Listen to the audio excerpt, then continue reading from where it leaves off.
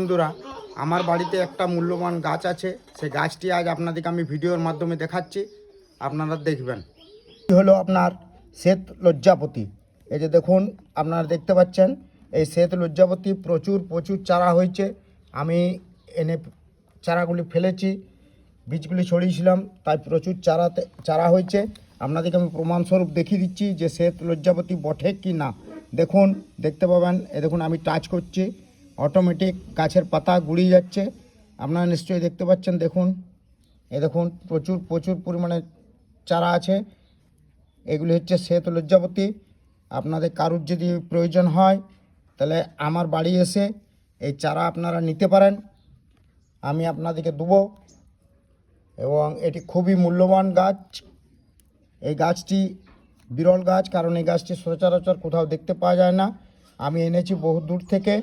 দেখুন, এই গাছটি আমি টাচ করছি হাতে করে, অটোমেটিক পাতা হয়ে যাচ্ছে, মুজে যাচ্ছে।